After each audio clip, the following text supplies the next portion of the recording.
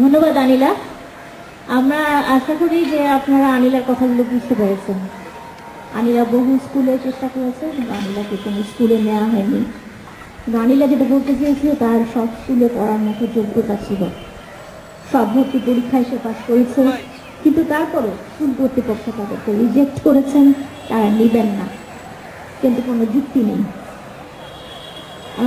আমাদের দেশে একটা হিসাব মতে 32 লক্ষ শিশু, প্রতিবন্ধী শিশু স্কুলে যাবার উপযোগী, তার মধ্যে মাত্র 3 লক্ষ প্রতিবন্ধী শিশু স্কুলে যেতে পারে। তো আপনারা সহজেই হিসাবটা দেখতে পাচ্ছেন যে কত কম সংখ্যক প্রতিবন্ধী শিক্ষার্থী শিক্ষার সুযোগ পাচ্ছে।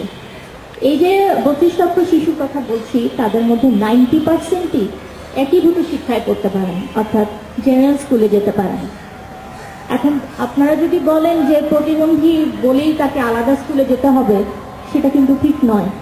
আনিলের মতো শিশুদের যাদের ব্রেইন একদম ঠিক আছে, তাদের কিন্তু আলাদা স্কুলে কোনো প্রয়োজন নেই। তাদের কোনো প্রয়োজন নেই দুঃখী প্রতিবন্ধী স্কুলে যাওয়ার, তাদের কোনো প্রয়োজন নেই অটিস্টিকদের জন্য স্কুলে যাওয়ার।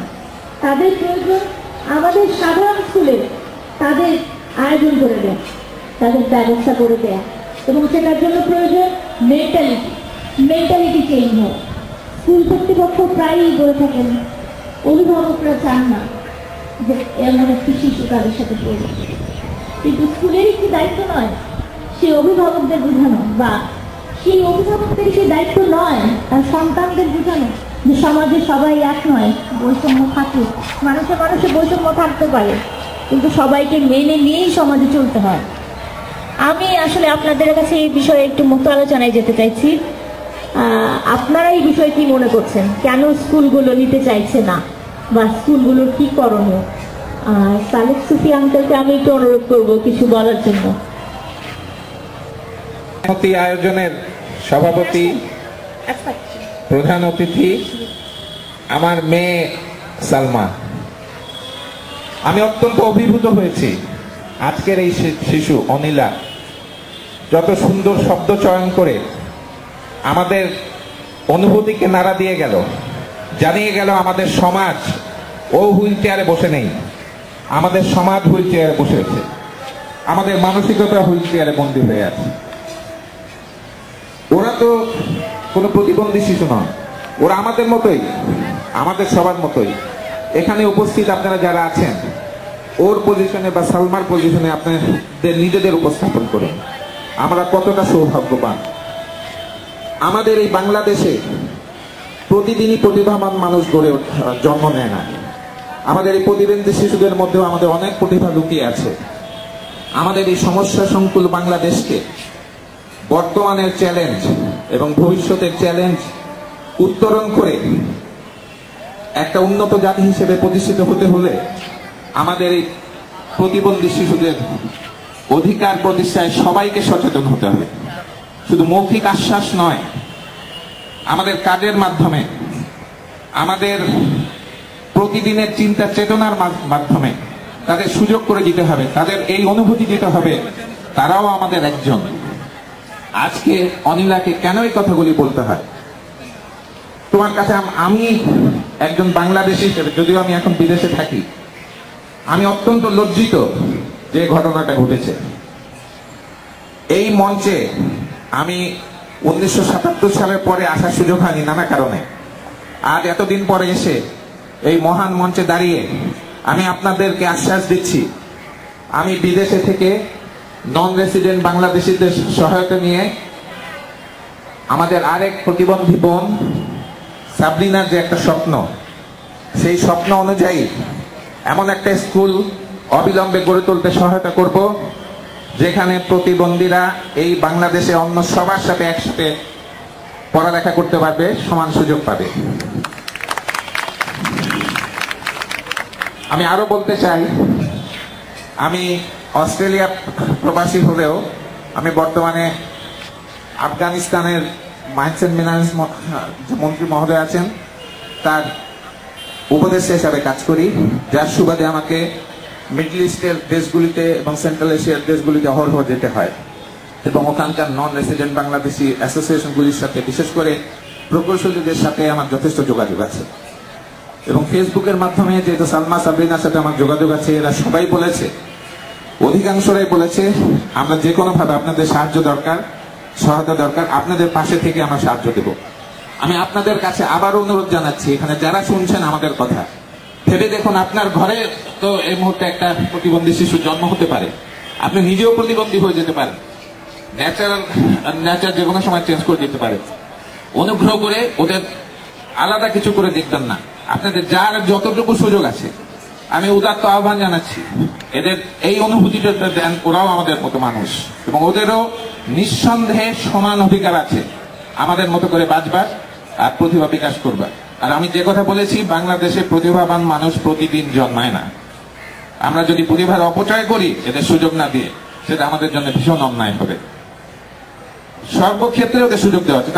আমি তো অস্ট্রেলিয়ায় দেখি, অনেক সময় মনে হয় যে প্রতিবন্ধীদের বোধহয় অনেক বেশি প্রিভিলেজ দেওয়া হচ্ছে, কিন্তু আসলে সেটা না। প্রতিটি অফিসে, প্রতিটি শিক্ষা প্রতিষ্ঠানে, প্রতিটি শপিং সেন্টার, হসপিটাল, সব জায়গায় এদের জন্য বিশেষ সুবিধা আছে।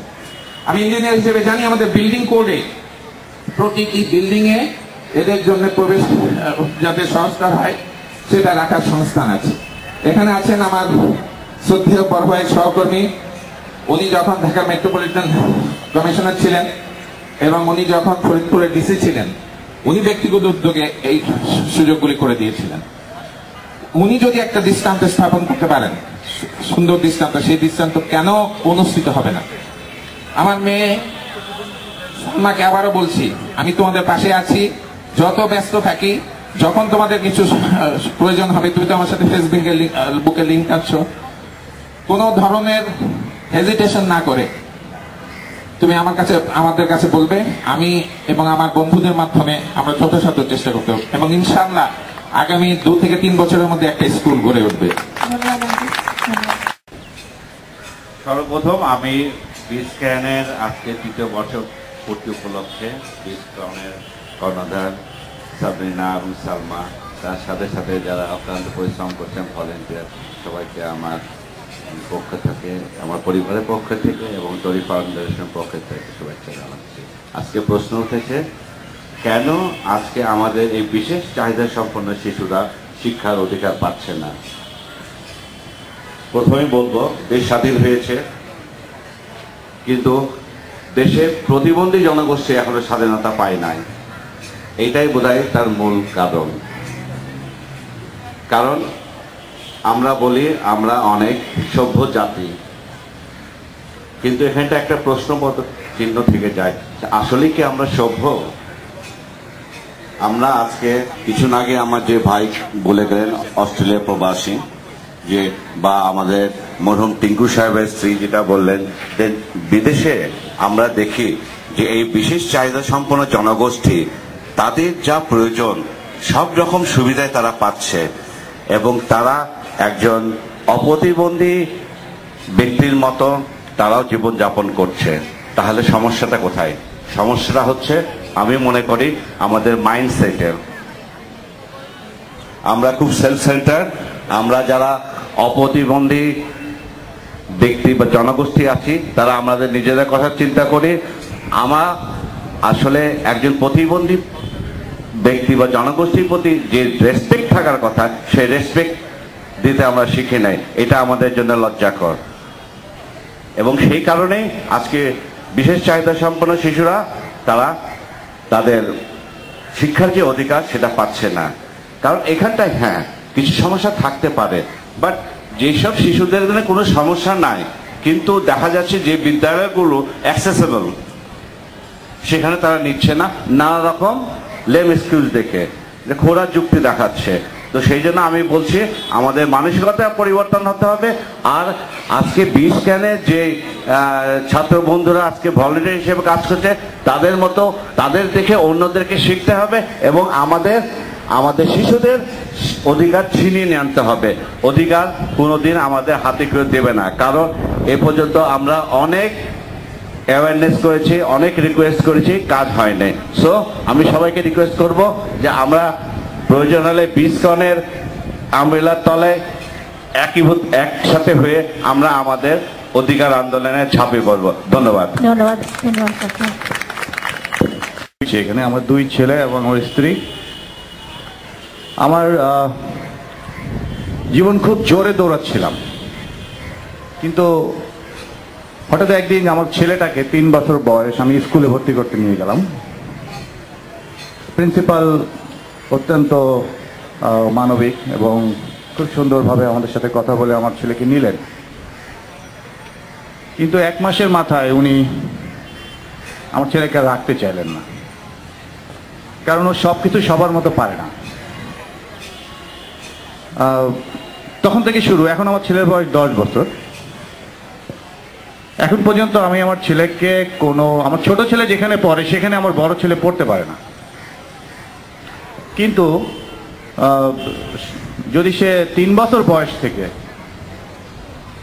নর্মাল স্কুলিং করতে পারত, আমাদের অ্যাসেসমেন্ট বলে সে হয়তো 100-তে 90 পাইতো না, কিন্তু 60 পাইতো। তো যেটা আমাদের স্ট্যান্ডার্ড, ম্যাক্সিমাম স্ট্যান্ডার্ড 60%, সে এটা অ্যাচিভ করতে পারত, কিন্তু এখন সে অনেক পিছায় গেছে। আমরা সবসময় আল্লাহর উপরে ভরসা করি, ভগবানের উপরে ভরসা করি, এটা ঠিক আছে ধর্মীয় দৃষ্টিকোণ থেকে, কিন্তু যেটা আমরা ধর্ম তো হাত দিয়ে ধরা যায় না, কিন্তু আমরা আমাদের সন্তানকে, আমরা আমাদের পাশের মানুষকে হাত দিয়ে ধরতে পারি। যে ধরা জিনিসটাকে আমরা বিশ্বাস করতে পারি না, যেটা আমরা দেখি না সেটাকে এত বিশ্বাস কিভাবে করি, এটা আমার অনেক সময় চিন্তা লাগে। আমি চিন্তা করি এখনো, আমি জানি না এটা উত্তর আমি কখন পাবো।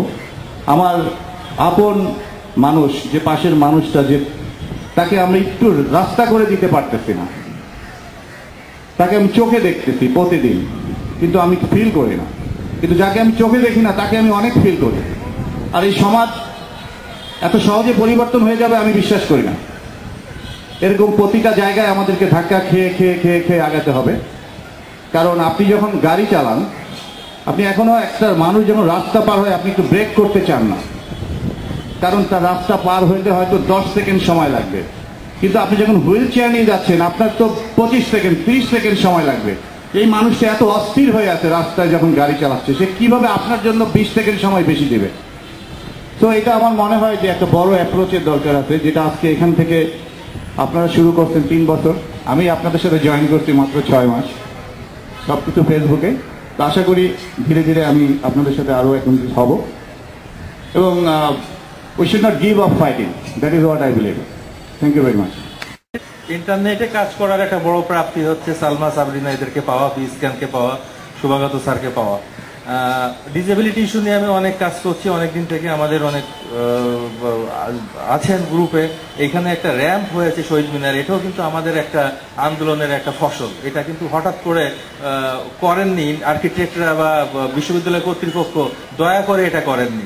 তো আমি একজন অ্যাক্টিভিস্ট হিসেবে শুধু এটুকুই বলবো যে মানুষের মানসিকতা পরিবর্তন করতে হবে, সচেতনতা বাড়াতে হবে। এইটা যুগের ব্যাপার, শত শত বছর লাগতে পারে, কিন্তু আমাদের পক্ষে ততদিন অপেক্ষা করা সম্ভব না এই 21 শতাব্দীতে। একটা শুধু অ্যাক্টিভিস্ট হিসেবে বলবো যে যেখানেই আপনারা কোনো সমস্যা দেখবেন সেখানে আপনারা প্রতিরোধ গড়ে তোলেন, আইনের আশ্রয় নেন। আইনের আশ্রয়, আমাদের যেটা সংবিধান আছে সেখানে আমাদের যে সমস্ত জায়গায় ইকুয়ালিটির কথা বলা আছে সেই সব জায়গাগুলোতে আমরা ম্যাচ করি, কিন্তু আমরা কারো দয়া দাক্ষিণ্যের উপরে বসে থাকতে রাজি না।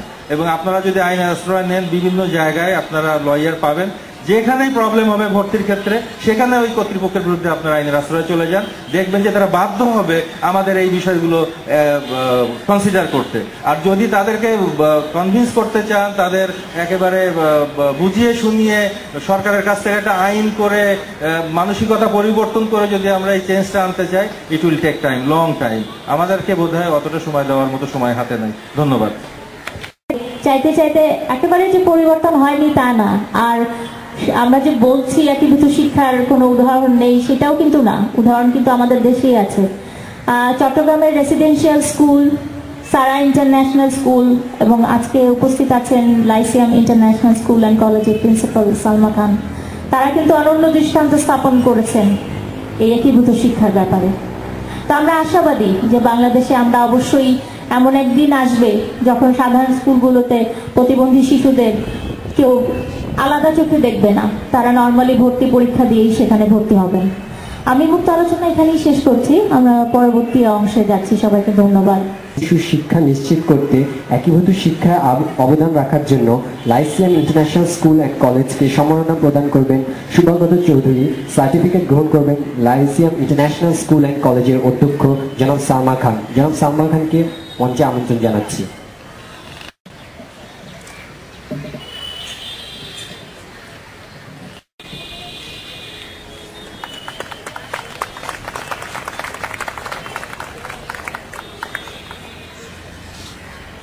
ম্যাডামকে আজকে আমাদের মাঝে কিছু বলার জন্য অনুরোধ জানাচ্ছি। আসসালামু আলাইকুম। সম্মানিত সভাপতি, প্রধান অতিথি এবং সাধারণ সম্পাদক আমার নাম, সবাইকে ধন্যবাদ জানাচ্ছি। বিএস ক্যামের এত কর্মী সবাই মিলে যে অক্লান্ত পরিশ্রম করে এই যে বাচ্চাগুলোর জন্য আজকে খাচ্ছে, আমাদের মধ্যে এত কষ্ট করছে, এত আন্তরিকতা, এটা দেখে খুব ভালো লাগে। আর আমিরা যখন আমাদের স্কুলে এসেছিল, আমিও আমিরাকে ওই কারণে স্কুলে নিই, কারণ সে অত্যন্ত মেধাবী, অত্যন্ত মেধাবী। বিশেষ করে আমি তাদের মানে ক্লাস টিচারে ছিলাম, ক্লাসে পড়াতাম। হ্যাঁ, তো আমার সাবজেক্টে অত্যন্ত ভালো করেছে। গতবারও যথেষ্ট ভালো করেছে, অঙ্কেও ভালো, ইংরেজিতেও ভালো, সব সাবজেক্টে সে ভালো, বিজ্ঞানে ভালো, এবং ক্রিয়েটিভ রাইটিংয়ে যে সে কত ভালো আপনারা চিন্তা করতে পারবেন না। কোনো একটা নতুন বিষয় যখন দেখতে দেয়, তখন নর্মাল যে বাচ্চাগুলো আছে, যারা নাকি সাধারণ বাচ্চা, স্বাভাবিক মেধা সম্পন্ন এবং অনেক মেধাবী, তাদের চাইতেও আমি ভালো লিখতে, মানে যদিও ও হাত দিয়ে লিখতে পারে না, ওর একজন রাইটার থাকে, কিন্তু তার বলা, তার চিন্তাধারা এতটাই বিকশিত যে আপনি নম্বর না দিয়ে পারবেন না। এত একটা মেধাবী ছাত্রী অন্তরায় কি ছিল, শুধু সে হাঁটতে পারে না, এইটুকুই তো, সে লিখতে পারে না, এইটুকুই তো। তার জন্য আমরা আলাদা ব্যবস্থা করেছি, রাইটার বসার ব্যবস্থা করেছি, তাতে আমরা আলাদা করে রুমের পরীক্ষা নিয়েছি, আলাদা করে অন্য রুমের টিচার দিয়ে পরীক্ষা নিয়েছি, নানাভাবে তাকে যতটাই সুবিধা হয় সেইভাবে তাকে আমি সাহায্য করার চেষ্টা করেছি। এবং গত 3 বছর ধরে সে আমাদের স্কুলে করছে এবং অত্যন্ত ভালো করছে, পজিশনে চলে। এরকম একটা মেধাবী স্টুডেন্ট, এই যে একটু আগে বললো যে আমি বিভিন্ন স্কুলে গেছি, ফিরে ফিরে এসেছি, এটা আসলেই দুঃখজনক, ভীষণ দুঃখজনক।